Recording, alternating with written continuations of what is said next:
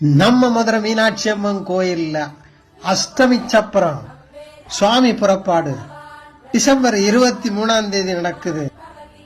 அன்னைக்கு அதிகாலை 5 மணிக்கு கோயிலிருந்து அம்மனும் சுவாமியும் புறப்பாடாகி யானைக்கல்லு, வடக்கு வெளிவீதி, கீழே வெளிவீதி, தெற்கு வெளிவீதி, திருப்பரங்குன்றம் ரோடு வழியா மேல வெளிவீதி, குட்செட் தெரு, நாயக்க பூத்தரு, வக்கீல் பூத்தரு, கீழே மாசி வீதி வழியா கோயில வந்து அடையும்.